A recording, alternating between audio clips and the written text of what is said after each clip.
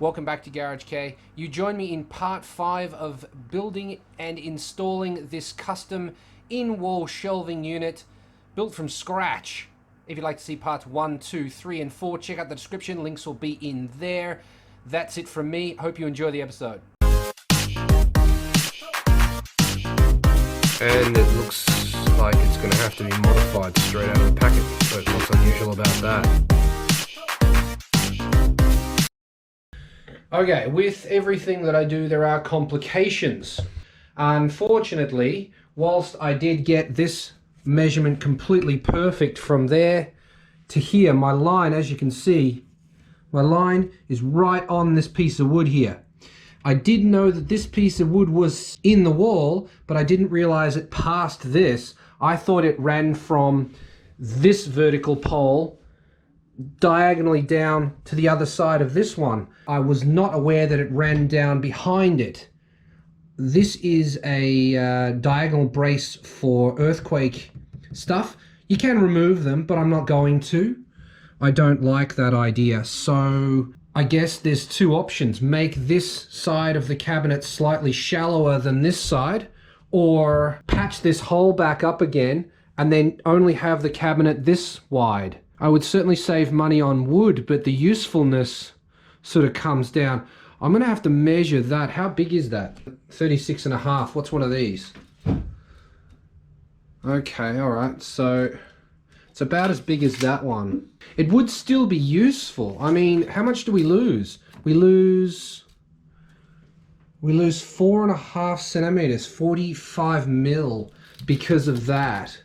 Well, I mean, it's only from the top shelf could be deep, and then the second one, because the second one's coming in like right there. So the third, fourth, well, I mean, the lower shelves could be less deep in this section here. I wonder if you'll notice that by looking at it. Things to think about before I can continue.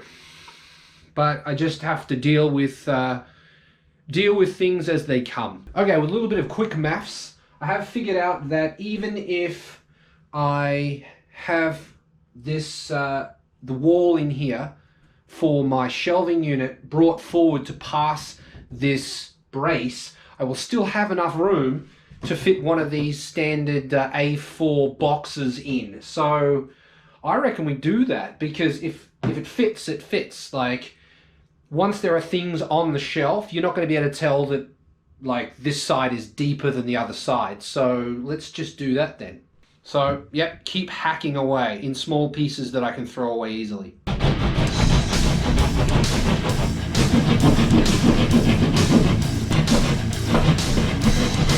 Should cut Garage K into the wall, shouldn't I?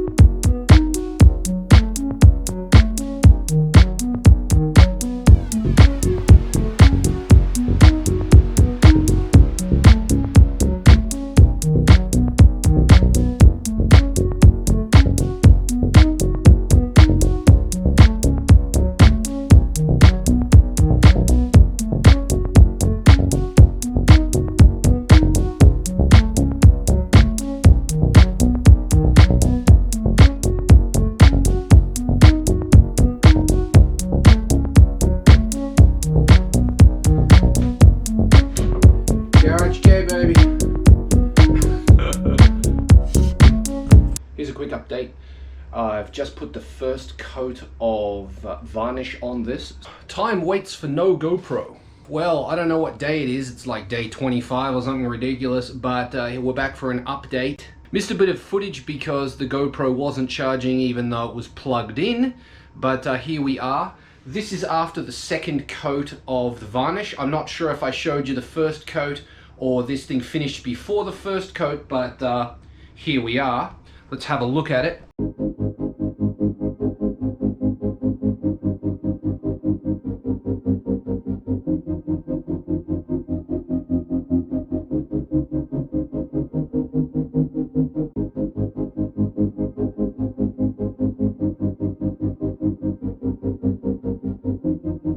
Now what's going on over here, you might ask? Well, we have this board like that.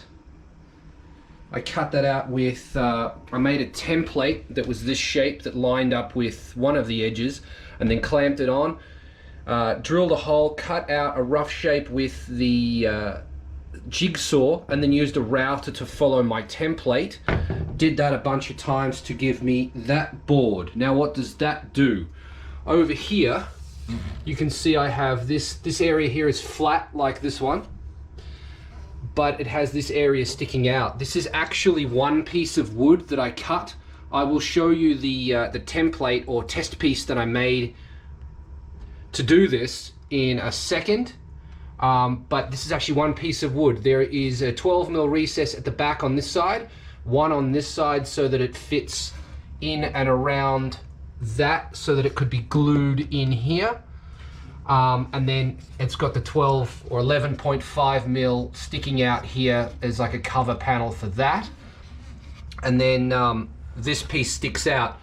This piece originally ran the whole way up, but I chiseled and sanded it flat. I think I did a pretty good job, don't you? So this piece here is like this piece here, yeah? But it actually looks like that. Yep, okay, so this is exactly 2 layers of plywood high, this area here. So this piece sits in here like that. Just have to hold it in place. And then I have another piece that goes on top, and then finally the wall of the cabinet. This is currently level with the shelf. I will be cutting that down so the shelf goes all the way to the top of this shelf, so I can't see the plywood, the 3 lines of plywood. But the 3 layers of plywood will then come out level with this edge here, and it will look similar to this, I hope. So that's the story with that. Obviously the top shelf goes to here, and that's why this stops here, and it will line up with the wall. In theory. Now, why have you gone to this trouble? Well, doing this wall was kind of an afterthought, but not really. I always wanted to do it, but kind of figured I wouldn't be able to. But halfway through building this, I thought, well, why can't I?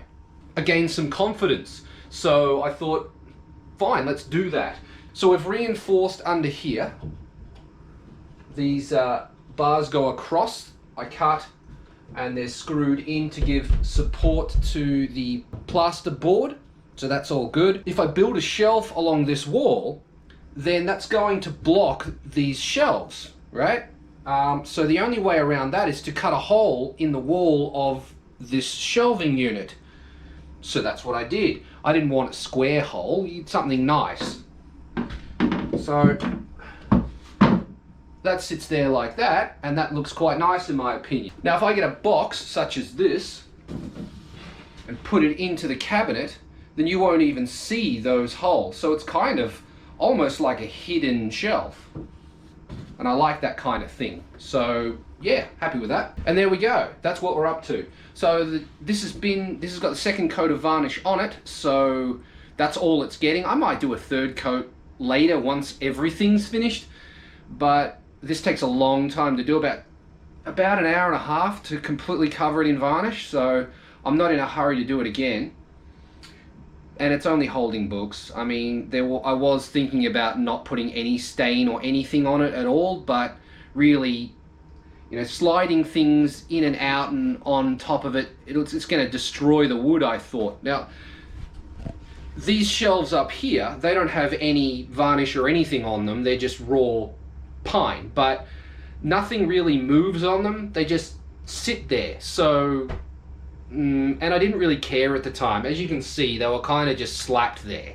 So yeah, wanted this one to be as good as that one. Next is to make another copy of this to screw on to this one, and then I will be able to make the walls for here and then cut the shelves. Now, an interesting thing that I have to be careful of, once this panel goes in and this panel goes in, so this panel and the one on top of it, I'll be left with one more panel.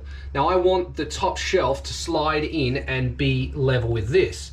Now to be able to do that, the top panel will have to clear this, which means that when I cut, when I make this wall and this wall, it won't be here. It will actually have to be about there, because it will have to be 11.5 plus 11.5 plus 11.5 to get to this edge, so that the top shelf will clear this when I slide the cabinet in and then slide it over to match up with this shelf in here, if you know what I mean. So it'll have to go in here and then slide in that way, so that on this end the top shelf can pass this and then slide in that way.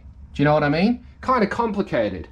I'm looking forward to that challenge, though one small mistake with fitment and it won't go in. So I need to be very careful. Why can't you just put the top on later? Well, it will still need to go on and slide across, which means that I will need to have a bigger gap in the top to do that, right? So it'll have to go in like this and then slide over. If the top doesn't match the legs, then there'll be an opening in here at the back. You probably won't see it. In fact, you wouldn't see it. But how do I attach the top if it's not screwed down into the leg that goes down? Glue it? Maybe. Anyway, so that's what I'm thinking at the moment. Stay tuned for the next update. If you didn't quite understand what I was talking about, I'm going on the assumption that the top will be attached to the 3 boxes and then fit in one motion. So the 3 boxes are joined together away from the wall and then put onto the wall and then slid into place. That's what I was thinking at this particular time. Now, spoiler alert, that's not what I ran with, because that's kind of stupid. But yeah, that's what I was thinking at the time. Anyway, that is the end of this episode. I hope you enjoyed it. There will be another one along in 6 to 12 hours. So yeah, I'll see you then. Later.